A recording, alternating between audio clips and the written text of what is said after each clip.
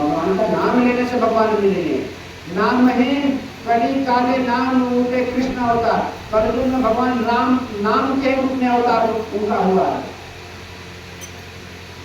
तो सतयुग का भी जो दवाई है वह स्क्वायर डेट हो गया है, कलयुग में ध्यान लगेगा नहीं। त्रेता युग का यज्ञ है तो यज्ञ कलयुग में हो सफल नहीं होगा, ना तो शुद्ध लकड़ी मिलेगी, ना तो शुद्ध घी मिलेगा, ना तो मंत्र उच्चारण करने वाले पवित्र ब्राह्मण मिलेंगे। कहाँ से यज्ञ सफल? द्वापर युग में भगवान की पूजा करके भगवान मिलते थे,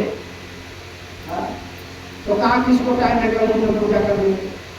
पूजा करेंगे, पूजा के सामने बैठेंगे।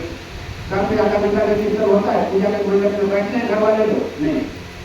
इसीलिए कलयुग में सरल उपाय से भगवान मिल जाएंगे, ऐसा साधन भगवान ने बनाया कि हमारा नाम ले करके जीव और बहुत सागर से पार हो जाएगा, मेरे चरण कमल को प्राप्त हो जाएगा। इसीलिए कलयुग केवल नाम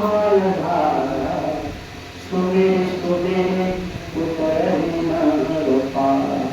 कलयुग में भगवान का नाम ही हमें बहुत सागर से पार कर देता है। तो भक्तों, कर्दम जी ने भक्ति करके पहले भगवान को प्रसन्न कर दिया और भगवान ने वरदान दे दिया कि ये कर्दम, आज से तीसरे दिन हम तुम्हारे मन की बात जान गए, तुम विवाह करना चाहते हो और तुम चाहते हो कि तुम्हारे जैसे सुशील कन्या मिले, तो आज से तीसरे दिन इस भूमंडल के जो सम्राट है मनु महाराज अपनी पुत्री को लेकर के, देवहूति को लेकर के आकर के तुम्हारे प्रदान करेंगे और तुम उनके साथ विवाह कर लोगे। भगवान ने वर दे दिया।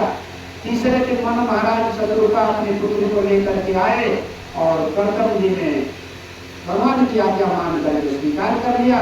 देवहूति के साथ पानी ग्रहण किया, देवहूति के साथ शर्त रखे कर्दम जी ने, जब तक इनका कोई संतान नहीं हुआ है तब तक इनके साथ रहेंगे, जिस दिन संतान होगा उस दिन हम छोड़कर भगवान के भजन करने के लिए चले जाएंगे। कर्दम जी ने यह शर्त पर विवाह किया। उनकी 9 कन्याएं हुई देवहूति की। अब 9 कन्याएं हुई तो अब ये बोले कि अब हम जाएंगे और भजन करेंगे। देवहूति ने कहा स्वामी ने कन्याएं हैं, इनका विवाह कौन करेगा? और उसके बाद एक कन्याएं अपने अपने घर चली जाएंगी तो मेरा सहारा कौन बन गया? कम से कम पुत्र होता तो कम से कम मेरा देख रेख करता। कर्दम जी थोड़ा रुक गए, 9 कन्याओं का विवाह 9 ऋषियों से कर दिए और भगवान की इच्छा से कर्दम जी के देह से भगवान ही देवहूति के गर्भ से कपिल भगवान के रूप में प्रकट हुए। जो कपिल भगवान ने अब कर्दम जी को उपदेश दिया, भगवत ज्ञान का उपदेश दिया और कर्दम जी अपने पुत्र कपिल से आज्ञा लेकर के और वन में जाकर के भजन करके भगवत धाम की प्राप्ति की। और कपिल भगवान ने माता को दिव्य उपदेश दिया दिव्य ज्ञान का, और उपदेश को सुन करके और माता भी भजन में लग करके और वह भी अपने लोगों को प्राप्त हुई, भगवान के धाम को प्राप्त हुई। तो विवाह का संबंध भगवान की प्राप्ति के लिए होता है। भागवत जी में प्रसंग तो लंबा है, हमने सार रूप में सुनाया। पहले यहाँ तो 2 घंटा लगेगा और मेरे को सोने का भाव देखा है 12:15 बज गया है।